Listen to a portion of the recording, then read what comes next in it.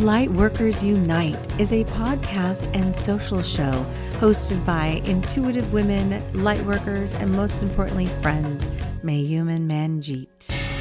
Welcome to our podcast, Lightworkers Unite, where we believe there is a lightworker within all of us. Whether you are a medium, an educator, or a nuclear medicine technologist, there is a lightworker within you, and we have work to do. This is a safe and sacred place where lightworkers connect, grow, and learn. And share our light with the world.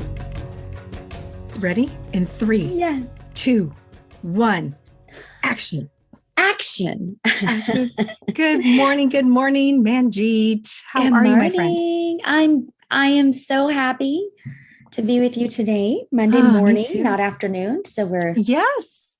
getting It's our a morning. coffee We're on. drinking coffee. Well, you know what? Even at 3, I drink coffee with you. I drink coffee all day. Yeah. Do you? It's No. bad.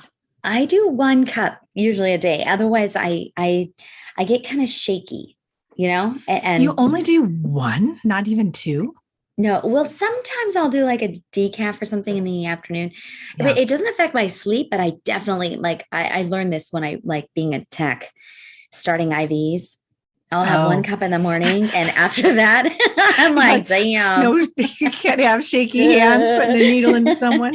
Oh my I know God, you're that's scared funny. as shit, patients, but I'm going to start your IV like this. Yeah. No, it affects me so much. But a lot of my colleagues are a lot like you, like the nursing staff and a lot of the other techs, they'll just drink coffee all day. And It's a I think that's- comfort thing.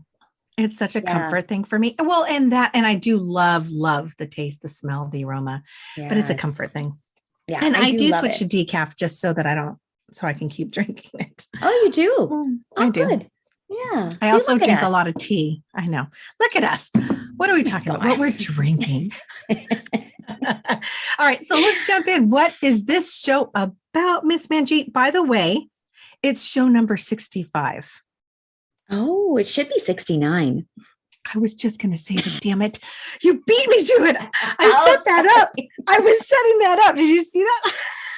Oh, see how we are on the same wavelength, sister. Yes. Oh my God. It would have been So, 69. Yeah. I know that would have been perfecto. Well, we were trying this morning to go live on our YouTube channel, but we will be instead uploading it afterwards, right? So people can see us talking about 69ing and love and blowjobs. Maybe. I know, don't because we did actually, I put a little bit more makeup on than usual. I curled my hair because we thought we were going live on YouTube, and come to find out you have to kind of, prepare these things in advance. You just can't hit a button that says go live now. So yeah. We're live. Live and learn. But I was just saying Yeah. to you earlier, I tend to wing things. Like sometimes I don't prep, and that's not always good. Sometimes it's good to kind of get past the fear, like, let's just go with it. It'll all work out. Yes. Yeah. And then sometimes you actually have to fucking prepare. Yeah, there's that. Yeah. Yeah. You're good for me for that, though. I have to say, you're really good for me because then you'll like to push me to do it. Like would never do it otherwise. Like, So And you're good for me because then you appreciate it. pull me back and say, wait, let's think about this first. Like, what is actually on the agenda? Like, what are we talking about? Yeah. Like, Because I just want to show up and talk. Yeah, well, and we I mean, there's some cool shit that comes out for sure. But yeah, this is kind of a fun episode because It is. we've been talking a lot actually. Though this is kind of a personal episode, really, don't you think? I mean, Yes. we've Very. been talking a lot about our relationships, and it is the month of love, right? February, today's first day, right? Is the first day of Well, it's tomorrow- not yet. tomorrow It's is. tomorrow will be. Sorry. What By the time hell? they hear this, It will be. Oh my God. Where am I? What's going on? Are we live? I'm sorry. And I still sound like a smoker because I'm still battling bronchitis. So every time I laugh, I sound like a Sorry, I know. sorry, all smokers, because I get it. It makes me very raspy. Yeah, Right. some sexy situation right there. Oh, I love What a it. sexy voice. Yes. So, and I'm blowing my nose like a motherfucker. So between the two of us, it's going to be a really fun maybe incoherent podcast, oh gosh. but yeah, we've been talking a lot at like sharing about our thoughts about relationships and, our relationships with our husbands and our relationships with our friends, and we've been a really, I think, I know for me, I'm very grateful because you've been a really powerful sounding board for me to talk about some of that stuff. And so we just thought it'd be really interesting to kind of talk about love and relationships and how are we around all of those things? What are some of the challenges and what are maybe some tools? Yeah. Yeah. And just kind of, shining the light on how we love, right? Because I know we're all these beautiful light beings, but we're here in this human vessel, having this human experience. And, depending on geography and environment and where you were raised, there's so many elements of how we love and how we receive love that I think is important to touch upon and talk about, because it's not black and white. It's not just like, I love you, you love me, and we should be great. It should be all good. But there's so much more to what's going on and how to make the most of that beautiful emotion of love and all the categories that fall under love, right? That's how I feel. It's not just black and white. Yeah. And I think that with this episode too, because we're light workers, we wanted to really talk about, that love dimension, which is essentially the fifth dimension, theoretically, that is like in the fifth dimension is really that place that a lot of light workers live in, because that's how we create the most compassionate, caring of unconditional support and love for each other. And so a lot of light workers, they live in this beautiful, profound fifth dimension where it's super high vibe. There's no judgment, right? It is just pure love and compassion for growth and clarity, So as a light worker, this is kind of where we want to live, right? All the time, if we can. It sounds heavenly. It sounds like bliss when you describe it. I'm like, ooh, yes, tell me more. But it's true. That is a place. And I agree with you that as a light worker, and depending on one level, and we talked about that in one of our episodes of if you're a light seeker, light worker, light warrior, light master.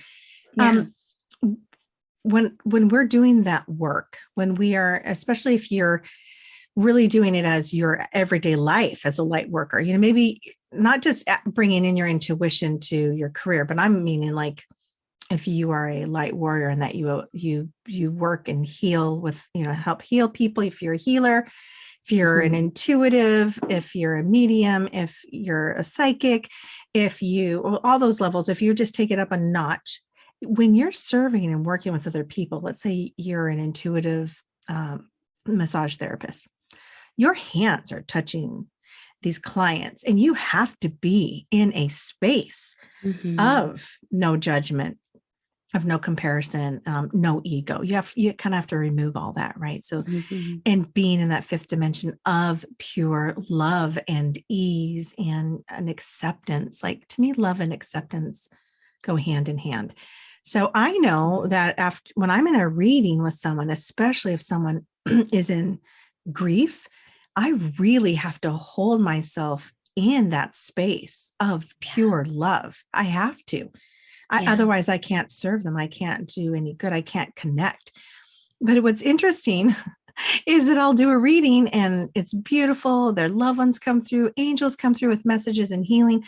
And then the hour is done, I close, I blow up my candle, I go downstairs to refill my coffee. And there's my husband who's working from home. And I immediately go from fifth dimension all the way back down to this plane. Yes. And I'm like annoyed because he did something or blah, blah, blah. Like, what the hell is that about? I know. I can just drop. So boom. And I think that's also why I wanted to do this episode, is to talk about being in that love, using love every day as a light worker and how to apply it to my everyday life as a human. Yeah. I mean, because it is right.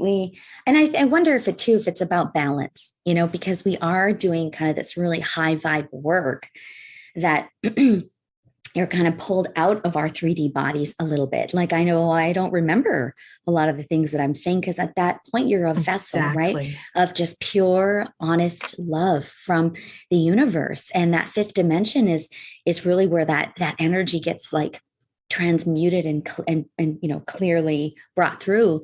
But then, it's almost like when we get back into our lives, our 3D lives, it's kind of like, oh, like I know sometimes I just feel so heavy, and Heavy. I'm snippy, with the people that I love the Yes. most. And I'm like, oh, Snippy. That's such shit. a cute little way to say it.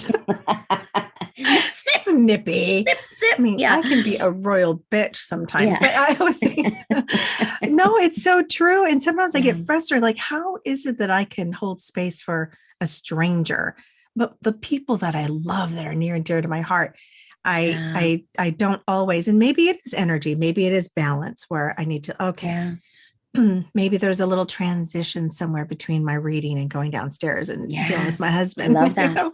Yeah. Yeah. I think Yeah. that's a great, I know I transition all the time in between readings. I never go up immediately.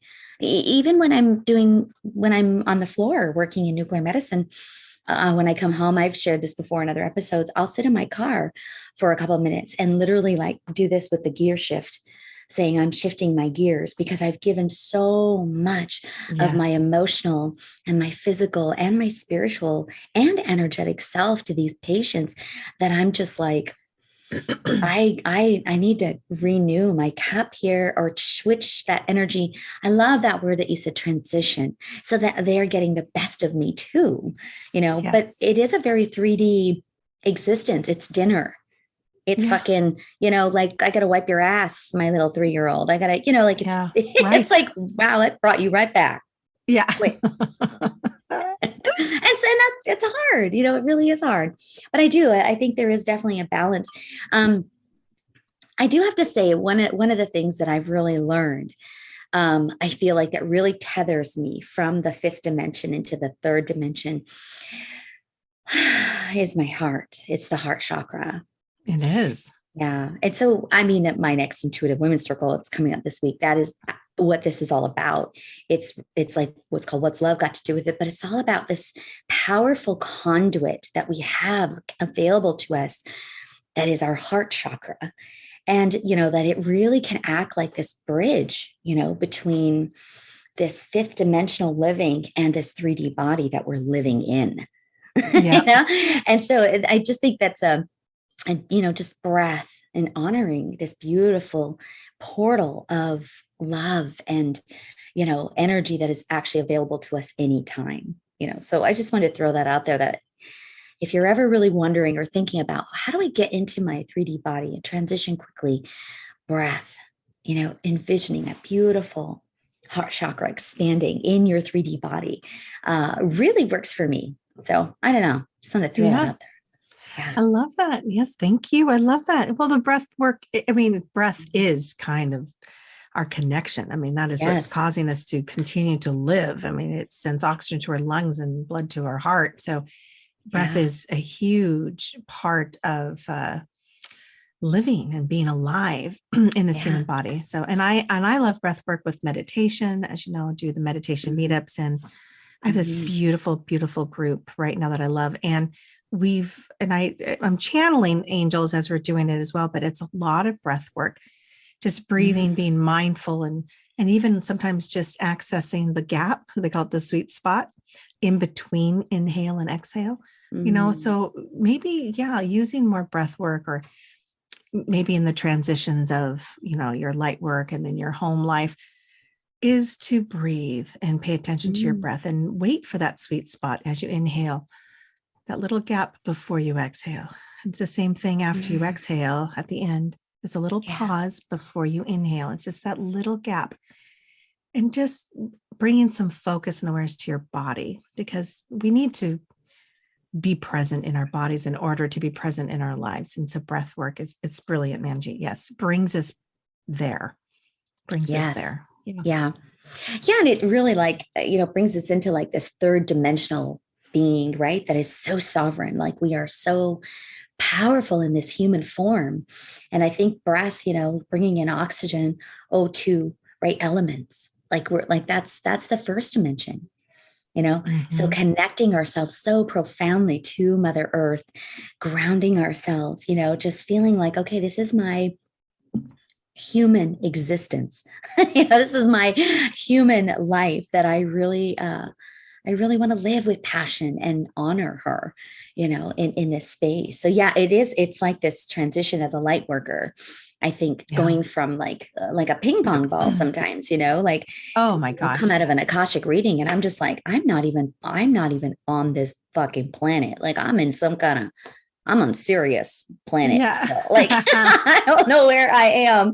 And that's really not great for me when I come back into my family life as a light worker. So I just love that. I love that we're chatting about like as a light worker, these are definitely challenges that we have, and a lot of times I hear light workers get really accused by their family, like, why are you so nice to everybody else and you're so Oh mean my to gosh. Yes. And I'm like, oh my God, you're such a light worker. It's like we That's just true. have to figure out how to balance that shit. Yeah, because we work so hard at removing ego in our work. And then I feel like in that transition, or maybe lack of transition, when we come back to our human experience and our family and our husbands that drive us crazy. And then all of a sudden we realize that, oh my God, ego just showed up, that internal voice that is not kind, that is critical, that it could be of someone else. So I'd love to maybe talk about ways, for us to acknowledge how to do better with our love as a human. Mm-hmm. Is that cool with you? Like getting into, we discussed the 5 languages of love, or 5 love languages. I always say languages of love, but it's actually love languages. Yes. And I'm sure our listeners have heard of this before, or the book. Excuse me. And Gary Chapman. It's a Gary Chapman book. Yes, it's a great book to talk about love. It is. Yeah. It's been around for a long time, and they even have it for children, which we have that as well. I haven't really dove into that. Is that the right word? Dove? Probably just dive into it. I haven't but it's past. I haven't dove in. I mean, maybe dove in. I haven't dived in. I haven't dived. Anyway, words are important to me, so that came out, and I was like, that doesn't sound right. Anyway, but it is true. I think awesome. for my marriage, Johnny and I had to read this book. We had to take the little quiz. You can do this online, I believe, nowadays, and find out love what languages quiz. That's just Google love language quiz, and you'll get this. And it's important to kind of acknowledge where you're at and who you are and how it is that you give and how you receive love. So let's speak about those love languages. There's 5 of them. Mm-hmm. Is it all right? Shall I? Do you want to list them? Yeah, go ahead. Go for it. So I just, and no particular order, I just kind of threw them out. But number 1, words of affirmation, quality time, acts of service, gift giving, and physical touch. So those are the languages of love. And so depending on your quiz and the test you take, you'll find out which category you fall under, that of how you prefer to receive love. Now you might have 2 that are really close, where you'll have like an A and a B. When I took it years ago, I should probably update it because I'm sure it's changed. Because we were saying it's probably changed as we evolve and grow and expand and add children. Exactly. Yeah. But I was words of affirmation, followed by quality time. How about you? What are you? I'm definitely acts of service. Definitely acts of service. That's Acts good to know for me as your friend too, by the way. Yeah, girl. No, you're good at that. But yeah, I love, but I've also developed a real love of gifts. Oh, yes. I have to say, I was never like a big, but I have the best. I have to tell you guys, I have the best fucking friends who give me the best gifts ever. I just feel interesting. So do you think that you exude? Do you think people intuitively know, like, oh, I feel like, because when we first started, connecting and working together, I found myself in shops going, ooh, I think Manjeet would like this. And I just started to shower you with gifts. And I thought, that's weird because I didn't know you that well, but I'm wondering if that was an energy that you exuded or that I picked up on. It's so interesting. But yeah, I've never had that before. I've never been a big receiver of gifts. I never really had a lot of gifts. We're a pretty poor immigrant family. It wasn't really a thing, And so I was very, I was really shocked as I progressed into my life, that I really love a heartfelt card or a gift, that it really, it's like you really see me, So whenever people say to me, and actually this happened this Christmas, you'll find this interesting. We had some friends come by and they said, "You're really hard to buy for, Manjeet." And I was like, wow, interesting. I disagree. Maybe they don't know me as well. Maybe. So I just thought that was, I just thought, because I am so like Chelsea, one of my beautiful, beautiful intuitive women. And she's at all of our beautiful goddess gatherings. And she's just this beautiful soul. She'll pop over and just bring me gifts. I'm just overwhelmed by I love them. And she's such a creative, beautiful person that so yeah, I don't know. I like gifts now. So when you took the quiz, that's what came up for you? And I think it was, how long ago did you take it? Yeah, I haven't done the quiz in a long time, but I do feel that it is important to update them. Like you said earlier, I do think that they do change and morph with our lives, and the people around us. And for example, and I mean, physical touch. I do like physical touch, but there were times in my life that I really didn't want a lot of physical touch, or it wasn't like a sexy touch. It was like, I need to hold you. I just want to hold you touch, because I was, really stressed and busy and, so they kind of change, So what about your husband? What are his love like? Well, this is about. It is the dynamic and understanding. So, you were saying acts of service and then gift giving, right? So maybe they're close in there. Mine is words of affirmation. And I find this interesting because I think when people hear words of affirmations, oh, great. So you're the one that has to be told that you're gorgeous, you're amazing all the time. And it's not that. It's not. It's words in general. And because I'm a writer too, I love words and I love expression and I love communication. And it could be a card. It could be something in the way people speak. It's conversation. It's connection for me. Words mean connection and communication. So, and then I was followed by really, really close up there was quality time. And that's just being together. And even if quality time is watching Netflix together, is fine by me. I just love doing things. That's probably why I do gatherings, because I love being together and doing something beautiful, awesome, fun, exciting. I mean, this is why we threw Christmas parties for, a decade. I love parties, events, gatherings of being together. And that to me falls in alignment with words of affirmation, because we're all talking and laughing and connecting with one another. How are you? How have you been? So my husband is like you, he's acts of service with quality time as I think his also second. So that, thank God for that. Because the acts of service, at first, in the very beginning, Manj, I was like, oh, okay, that makes sense. He that works. He likes it when someone offers to do something for you or shows. It's more of an action, is what I would say. It's more of doing things to show your love, right? So he would clean my car, or he would, do the laundry, or he would pick me up a coffee, those little things. And as isn't that sweet? And I love that. That's my language. Exactly. If you want to get a blowjob from Manjeet Russell. Oh my God. which we're going to get into. We'll talk about those things Sorry. because you were saying. Sorry. Yes, you were saying. Sorry, I totally blowjobbed you out. No, it's Sorry. fine. It's definitely an act of service. Yes, I love it. But I was just saying how as have evolved as a married couple of being together for like, I don't know, I think it's like 27 years now, right? It's a long ass time. His acts of service have become a pain in my ass.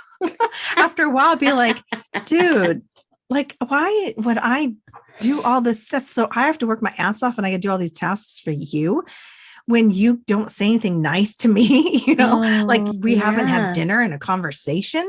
Like I want to connect and feel good. I don't want to be like passing through the night and then all of a sudden I'm supposed to quote unquote service you, so it's definitely, it starts to, and he says the same thing. Why would I say anything nice when you don't do anything for me? Yeah. So it's, it's this weird give and take of understanding. And it isn't so black and white where if you could just tell me you love me and I'm beautiful once in a while, then I would probably get you, I would probably make you breakfast this morning or, those kinds of things because I'm not feeling engaged or loved or in a connection because that's my language. That's my love language. And so it's hard for him to speak my love language when I'm not speaking his and vice versa. Yeah. Isn't that interesting? So those two, it's hard. And of course, a lot of men are physical touch, just FYI. I mean, they do find that it's either it's 1, 2, or 3. It's like, it's up there. Yes. I always notice, and I can pick out someone's love language if they're physical touch by even females that are next to me talking where they're really close, or they always have their hand on your shoulder, or when they tell a joke and lean and laugh, they're touching you, know what I mean? Yeah. Or I have some girlfriends that'll like walk next to me and, grab my arm. And so it's interesting. That's totally me. Yeah. Yes. They'll totally like touch. And then there's some women that are like, sorry, I don't hug. Like I'm not a hugger. Right. But I'll sit and talk to you all day long, but we don't have to hug, So it's very interesting. And I think simply knowing about these languages will help us, even with our children, help to provide someone love on their level that they receive it. So if John tried to keep doing acts of service for me, knowing that that's not my language, it may be his, I'm not going to receive it very well. Yeah. In fact, I'm kind of annoyed. Like, why do you keep doing that? What's worse, that's how I feel. Yeah, exactly. What's worse is then you feel like he feels bad because you're not seeing him. So he's upset because he feels like he's giving, but you're not receiving. I'm not receiving because that. that's not your language. So it's like really, I think, important to identify what is your love like what are some of your love languages, but then also what are their love languages? And that's the stretch where you kind of build that bridge and say, oh, you really like quality time. What does that mean? And then have that conversation. Quality time means creating a special moment together. It means going for a walk, finding that magical sweet spot for each other, so it's like trying to understand it, but then also making the compromise. Like might not want to do that all the time. So what, where do I say, okay, this relationship is really important to me. Right. I'm going to stretch myself a little, knowing that will be reciprocated and appreciated. My language will be reciprocated and appreciated, and I will appreciate that. So, it's just a way to kind of talk about it. Yes. And kind of, it's true because, like I said, if we just take these languages for the names only, words of affirmations, acts of service, it sounds horrible, if you just, but there's so much more underneath, within. This is why, if you read the book, they really dive into what that means, so acts of service, after time, I became really, resentful is a strong word, but I kind of was like, oh God, I have to really do shit. I have to do these, I call them chores. I have to do chores in order to prove my love for you. Can I just tell you how handsome and gorgeous you are? And can we go for a walk and do stuff? But no, but I realize it's not tasks and chores. It's the thought of me saying, hey, I'm going to run to, grab a coffee. Would you like one? Yeah. just, and then that's an act of service. That's showing that I care about him and I love him. Yeah. And so we struggle with it. I'm just going to be honest. Like I said, after all these years together, we struggle with trying to find how we can express and connect our love. And then we always bring up the language like, I forgot. Yes. Yeah. It's not top of mind. So if you guys are listening out there and if you already know all about these, then pay attention, or maybe retake the quiz and find out where you're sitting today, and have your partner also retake the quiz. I would have your children take the quiz and just kind of get a feel of like, oh my gosh, in our household, we've got 2 acts of service and we've got 3, quality time and blah, blah, blah. I'll just tell you right now, teenagers are gift giving or / money giving. Yeah. So, I know. I have one is an affirmation girl and the other one is probably gifts. Yeah. Yeah. It's funny, but you can kind of tell already with your kids, like, I mean, the people around you, like, instinctively, I think intuitively, you can kind of get a sense of like what their language is. Don't you think? Yes, absolutely. But it's so important to be aware, I think, and actually take this in, get to know your partner. And this Valentine's Day, which is coming up, oh my gosh, like in a couple of weeks already. I can't believe we're already in February. It's so crazy. Yeah, it's weird. But maybe make that be part of your gift if you don't already know about the love languages. Like really dive in and say, hey, I want to find out where I'm at and how I give and receive love. And I want to know about you. And see how you can blend and mesh. Now, I have never come across a couple that have the same love language. Have you? Like, I'd love to speak to that if someone does. Will and I both have acts of service together. Like, that is definitely where we meet. Wait, his is the same language? Well, also his is physical touch, but we really are very connected with quality time and acts of service. Those are kind of our big ones. He's like, we like to do a lot of the same things, like we're homebodies. We have a really profound love of movies. We love to experiment like with new drinks. And so we have a lot of like shared time and a lot of acts of service, but the physical touch definitely, to be totally honest, that has really shifted for me as well. I know that's really important, is still really important to him and me, but I know when I, was pregnant with the girls, it was one of the most stressful times of my life. Like when I had Mira, I was launching my nuclear medicine staffing agency. So Mira was born June 28th, and I had launched scanners July 1st. And so I had it was like I was giving birth to these 2 huge things. Exactly. Yes. And so I'm sorry, but I was not in a very physical place at all. I'm sorry. After you have a baby, you can't be. I know. For fucking 6 weeks, by the way. Yeah, I know. But it was a really stressful. I look back at that time and I was just like, I just was so stressed. And so there were so many, and I was exhausted, and breastfeeding and just, I was like, okay, all this physical touch stuff, that's like way at the back of the list. And so that's where I think the relationship, like, we hear a lot of relationships falling apart after babies or after, that kind of thing.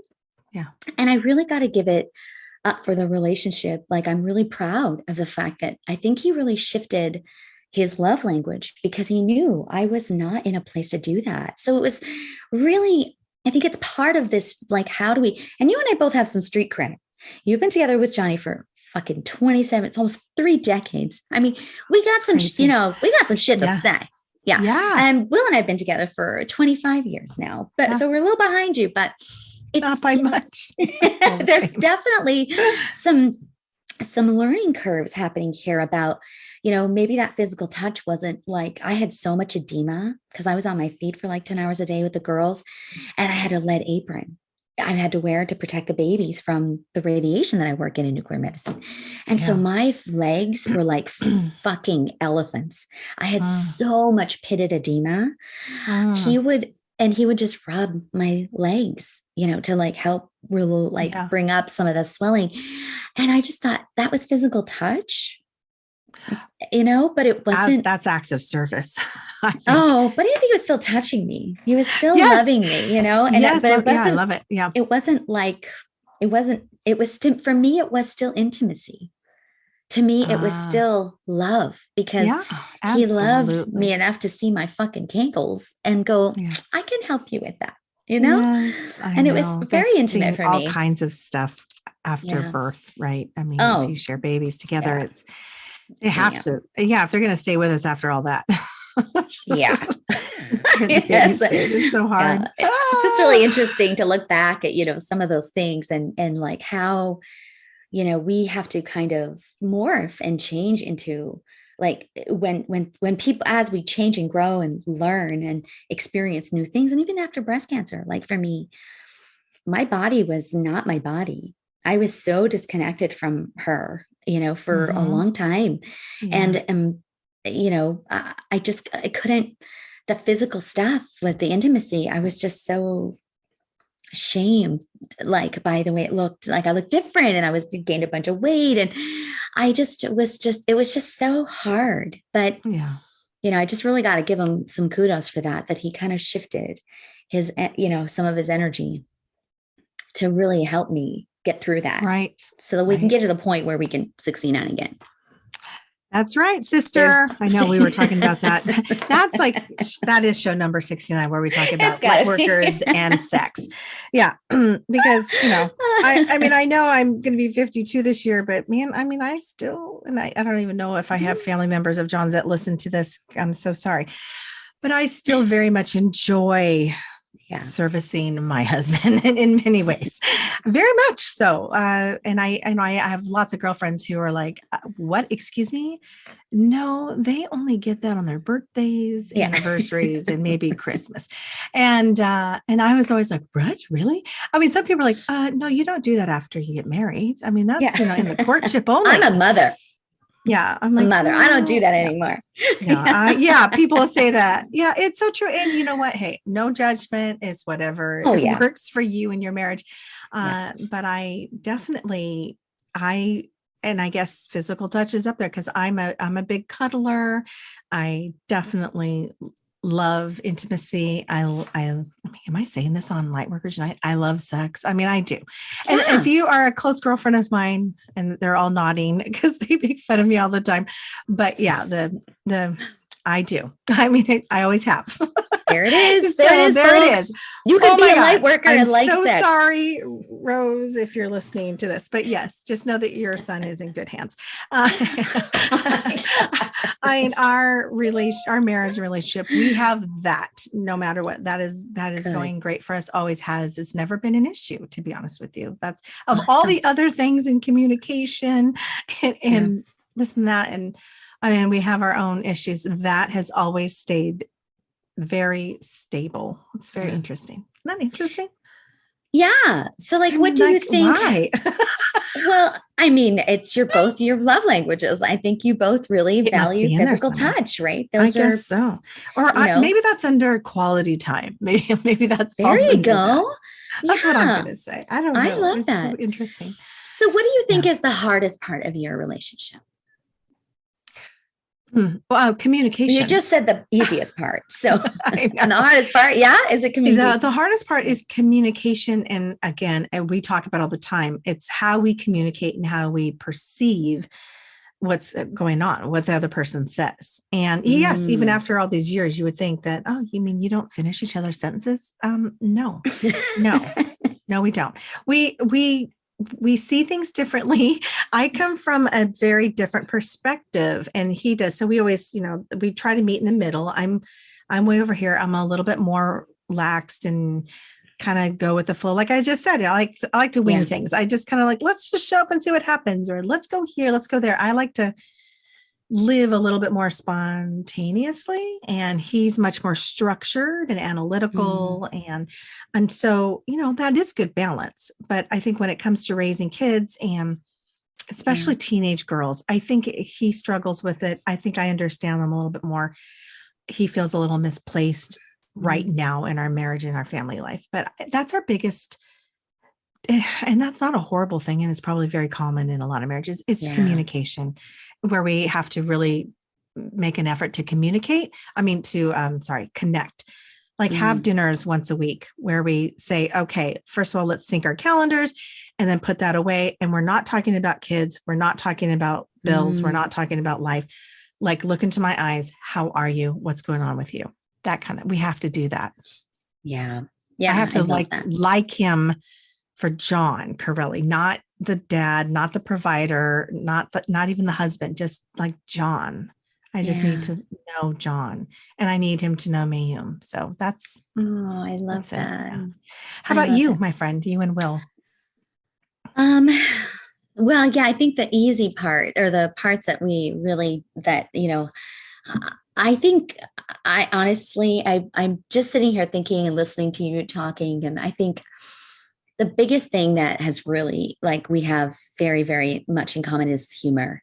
I think we laugh. We make each other laugh like every day. And I need that. So important. It is so important. And like, he's just so fucking funny. Like, he's so dry, and he makes the girls laugh, and they have the same sense of humor. And so I see it in them, like the way his mannerisms and stuff, they do it now. And it's just, I just love that. I think that's been a big saving, a big positive factor in our life is that, we've been through some really dark shit, and, this mom passing last year, and like lots of really hard times. But he just always seems to find this funny balance. And I just really admire that. Yeah, I love that a lot. But the hardest part, I think, in our marriage has been the physical stuff, to be honest, that, I was not in a really good place to just give him that physical honor, that physical need of his, like that he loves that physical touch and intimacy. And, I think that was really hard for both of us, because women need to feel emotionally connected to men to be physical. Where men want to have a physical relationship with you to feel emotional. Absolutely. Right. So we were kind of like, in a couple of different times in our life, in our relationships, it was like this really big disconnect of, I'm not feeling emotionally connected. I'm fucking drained. Like, I got nothing. And that's not always great either. Like we started the episode that way. Like, I'm giving so much into these two little babies and this new company that's, that is my work and my passion.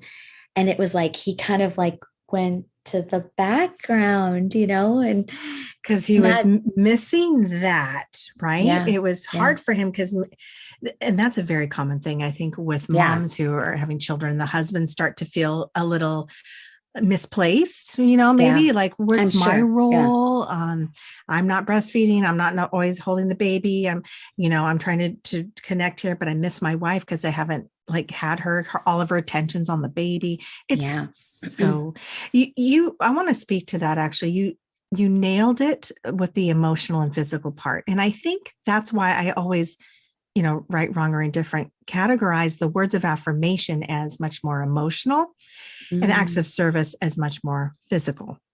And that's not true. I'm just saying I took it that way. Sure. Yeah. So when we have date night, the whole purpose of our date night is to connect so that I can connect with him emotionally, gaze into my eyes, tell me I look beautiful, tell me I still rock your world, blah, blah, blah, blah, blah, blah, blah. And at the end of the night, I will rock yours. And then, he gets the physical. Yeah. So, but I can't I can't jump ahead and do the physical connection before the emotional. So, and I don't know if that's true for men and women. That could be true for all partners. Like, where do you fall? Maybe you need to have that physical connection before, then you can like lay in bed and look in each other's eyes and, give it all up. Yeah. So I don't know. Yeah. I think it's spot on. It's really interesting. And and in the book, they kind of talk about this a little bit more, but you mentioned the words of affirmation a few times. And so I just wanted to say a little bit about that. I feel like people who really gravitate to coaching love words of affirmation. That is definitely one of their love languages, because coaching is a lot of that. And it's not just that coaches are saying things like, you're fucking awesome. Although my clients are really fucking awesome. Yeah. What we're saying when we say words of affirmation, and I think it's like, why are you awesome? So when you're using words of affirmation, or you know somebody, and this is really, really fucking awesome tip for teenagers as well, or any of your children, is being very specific about why they're awesome.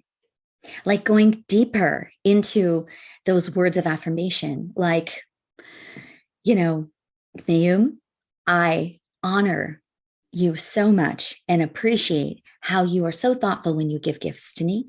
It makes me feel seen and heard and understood. That is a word of affirmation, right? Because I'm looking deeper. I'm not just saying, you're fucking awesome. I mean, although that's really great too, but going that one step deeper into, why are you saying you're so lovely to me right now? It's like going just that deeper level. Yes, why exactly. you are really in love with that person. Yeah. Right. So no, that's exactly what I was because words of affirmation, I always say people think it's on the surface of just saying, oh, you're amazing, you're beautiful, all this. And some people don't like saying that to people or giving them that. And I'm saying it's not, it's deeper. It's like you said, it is a huge umbrella for connection. It's just how, a message, a connection that you're wanting to convey to someone. Yeah. And it can be in cards, in writings, or just a cute little text. Like, I just feel like that's just the way I receive it. And it stems from growing up with my dad. He was a constant talker. He always said, I love you to all of us. He provided us with a space to talk about our feelings. And so it just kind of stuck with me. Now, I haven't taken the test in a long time, so I should probably take it and see if it still rings true, probably, but I don't know. And but it's so funny. We didn't even touch on the other ones. Well, I guess we did. We kind of did. Because you're the gift giving. And but I wanted to say, I'm curious to see where I fall, like if I was to put this in order, like which one is at the bottom. And I think I'm fine without receiving a gift ever. Like I'm not a big, I don't need you to give me a gift. Just come hang out with me and let's talk. That's like my biggest love. Let's just all get together and hang out and laugh. So that's definitely you. That's definitely you. Yes. Don't bring anything, just show up. So it is interesting because when I look at this, I'm like, oh, like how would I put these in order of myself? And then how could I do that for my loved ones, and then being aware. I feel like I should have it up on a board somewhere with all of our names and say, here, this is how Dana receives love, and Melina and Amanda, and even my mom. I just think being aware is so important. If I really think about it, I feel like I'm like, for other people, it's kind of different for each person a little bit. Like with my daughters, I don't need them to tell me that I'm a great mom every day. What I really want them to do is I do love them. Clean their fucking room. Exactly. That's an act of service, right? You know what I mean? Like there are certain things here that I feel like, and even with my girlfriends, it's quality time, that a lot of my sisterhood at this point in our lives, it's time that is so precious. And when they carve out that time for me, I feel so honored because these are some busy bitches. I mean, we're busy women. And so those are like, but then, I have a girlfriend of mine who just is the best, like toucher. Like she, we were at a funeral this weekend and she just knew exactly when to like put her hand on my back and say, I know, I feel you, sister. You're really crying right now. Like, and she just knew like how to honor me in that moment of like, oh, my deepest sadness, so it's really, sometimes you don't need words. No. So I just think it's a really fun thing to kind of look at, in the moment, even, that these love languages might change a little. Absolutely. In the moment. I love that. Agreed. What else did we want to talk about? I love this. Well, I was curious about like why you think why do you think some marriages work and some don't? Like, what do you think it is? Yeah, like it really, right? Like, what do you think is kind of the thing? Like some of the things that really make a marriage work? Because I think our people in our audience are curious about like, oh my God, that's why our marriage works. Or, oh my goodness, that's why my marriage didn't work. Or maybe this is something I see now clear, Just curious. That's such a great, beautiful question. And there's obviously not one answer because it depends on who you are and where you're at and so many factors, right? Circumstances. But I think I said this earlier. My biggest thing that I feel comes right next to love, side by side, is acceptance. And so we have to accept who the partner that we chose to spend this life with, or maybe that we're choosing, or maybe you haven't found that person, is not only do we so drastically and viscerally need and yearn for acceptance, we have to in turn do the same for the person in front of us. So I could sit back like, how come you just don't accept me for who I am and love me and all of my body? I know my body's changed, but I don't feel like you love me and accept me for who I am and blah, blah, blah, blah, all that stuff. But I'm sometimes so stuck in needing acceptance that I forget that, wait a second, I need to see you and accept you for all that you are showing up here with too. Acceptance is number one for me, in that, okay, I accept that life is hard. I accept that your love language is acts of service. I accept all of this, and I still love you. And I want you to know that I accept who you are, where you're at, and doing the best you can with the tools you have. I just think that's first and foremost. But like walking in their shoes a little bit too. Yeah. And seeing what they see and experiencing what they're experiencing a little bit, and just knowing that, okay, I really have to understand where my husband's coming and the stress that he has in his life. And his stress is different than my stress. The things that I worry about is different than what he worries about. And I keep thinking, well, don't you see that I'm doing this? Da, da, da, da, da? And he's going, well, don't you see that I'm doing da, da, da, da, da? And that's where we have to stop and say, okay, this isn't tit for tat. This is honoring and accepting all that you are and what you're doing, and vice versa. So I think stubbornness and pride have to be removed, and just be raw and open and communicate. I'm a big, like, we have to shell it out. We have to lay it on the table. What's going on with you? So I love that. But that's easier said than done. But if you can start with accepting that person in front of you, that they're on a journey, they're trying the best that they can with the tools that they have, because everyone has a different toolbox. Maybe it's just a tool belt. I have a box. I don't know if you have a belt. And I don't even know what I'm saying. I just think I have to accept that person. So I'll start with that, because I could go on and on. There's so many other factors, but marriages, I think, if they get lost in not seeing who each other are and accepting that person and not wanting them to change, I love it. Yes. How about you, my friend? Yeah, no, I love that, because, I think acceptance too, like it's not just about accepting them, it's about accepting who you are, right? That's why we're saying, what are your love languages, right? I often talk to my clients about this with respect to relationships. And I often use like a Venn diagram. So like, I know that we're on video now. I can actually show you a Venn diagram. Yes, this is so exciting. Oh my God. Forgetting we're on video. I'm like, well, I know. I let out like a huge like sneeze earlier, and I was like, oh, great. This is going to be really attractive. I'm sure. Gosh. I'm grabbing a pen right now, and tell me if you can see this, right? Okay. So I often do this diagram because I feel like it's really telling when we talk about relationships. So essentially, I feel like in order to be in a profound and powerful relationship, you have to have your own relationship with yourself. Yes. And that is what coaching is all about. It's about who the fuck am I and what am I really about? So in relationship, say you are this circle, right?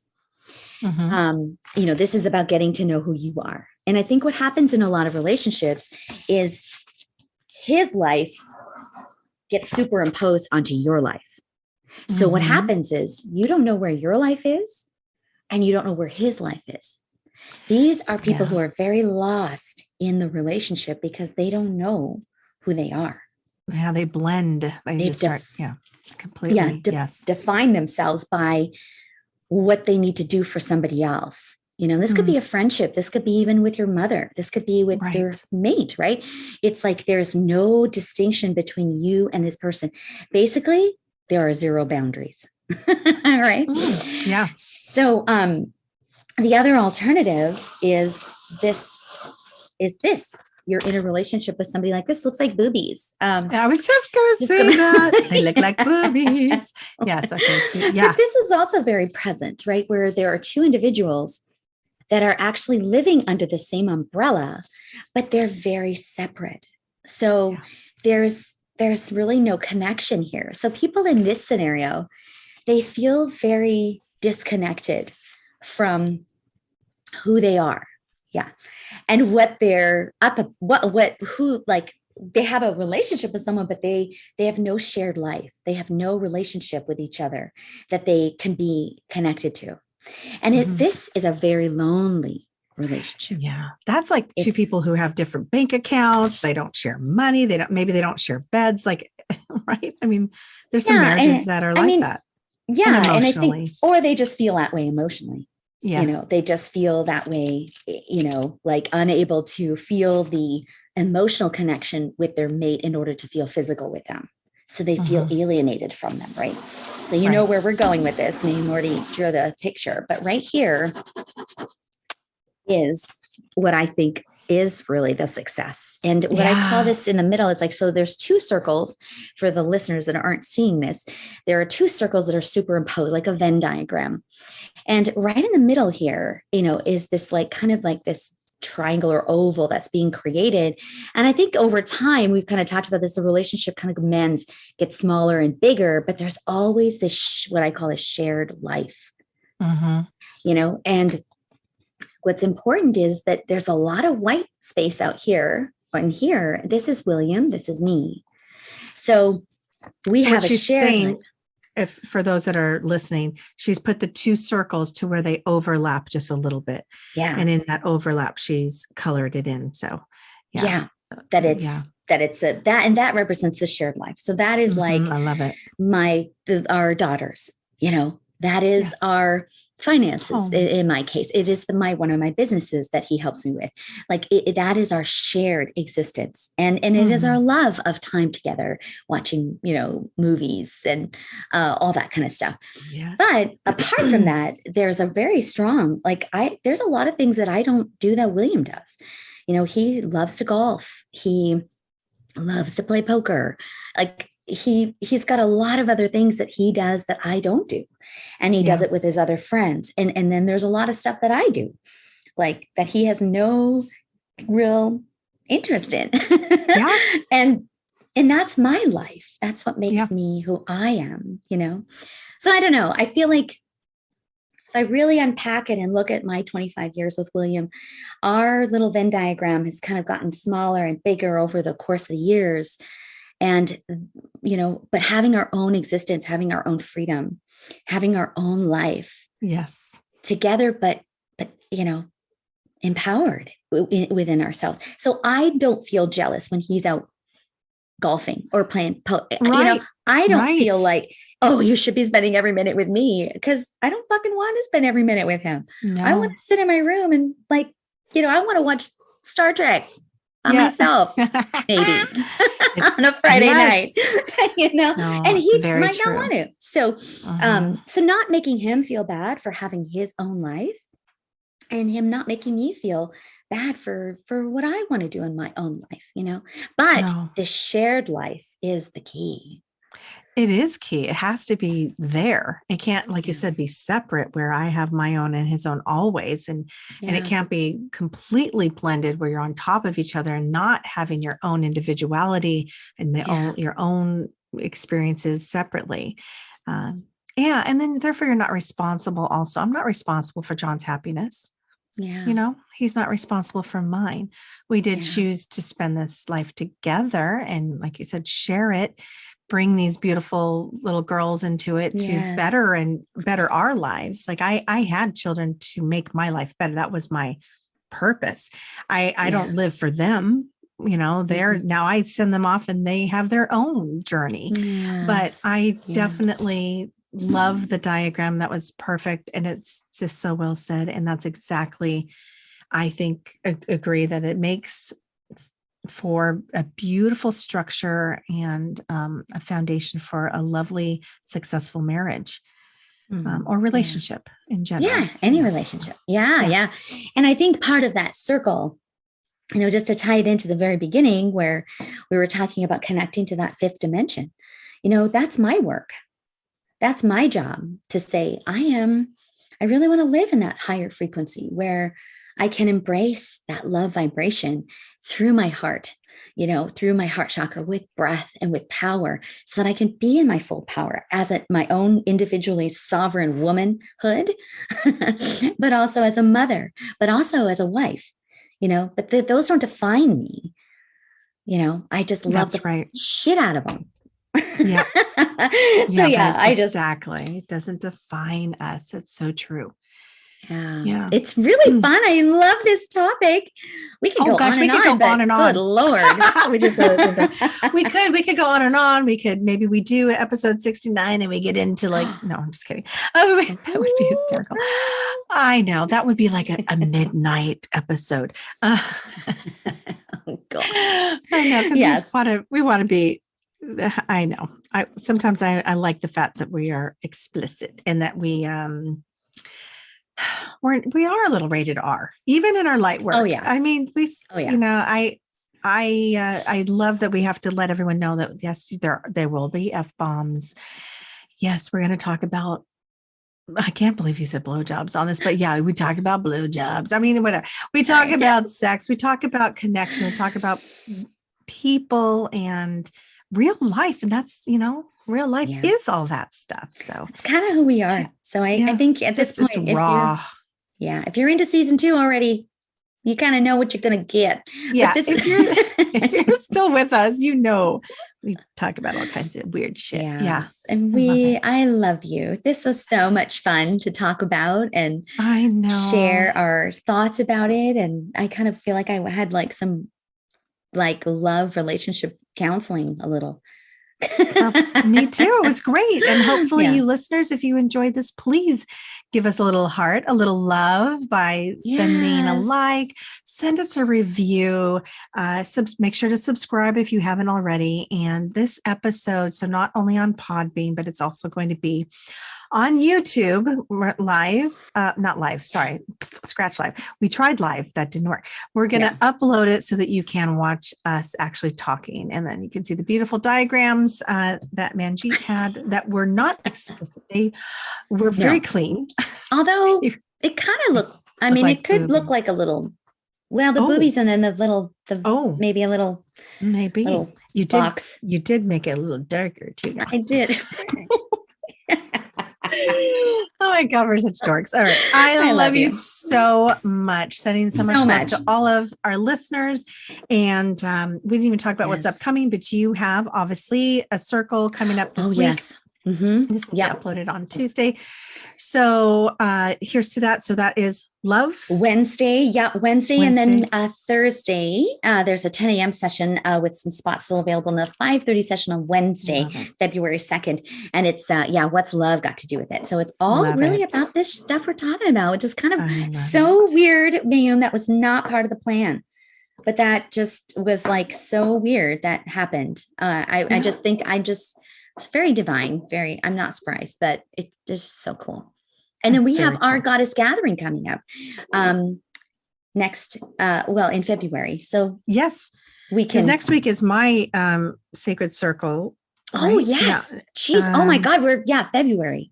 Yeah. And that one is about mediumship. Actually, it is connecting to loved ones. I'm going to help teach people how they too can connect with their loved ones. We'll talk about mediumship, and then I will deliver some messages towards the end is what I'm feeling called to do. But you're right. Our Goddess Gathering, my gosh, is this February 16th. So In just 2 in weeks. a couple of weeks. Yep. Which is Yeah. about beauty. That one's going to be Yes. lovely. Yes. So if All any right. of this resonates with you, like with beauty and love, this is her energy. Yeah. She'll be coming forward with lots of really great insights about how do we, invite that love, that really profound love of ourselves too, so that we can show up powerfully for each Absolutely. other. Which it starts with us. We have to really, Yeah. truly love ourselves unconditionally in order to love someone else. So Yes. start with What's us. love got to do with I it? love it. I love it. Oh my, I was saying. Oh, you're the best. I love All you. right, we should probably wrap it up. Okay. They're like, are they going to end this show? Love you so much. Sending so much love to everyone. Take care, everyone. We'll talk to you next week. Okay. Bye. We love you.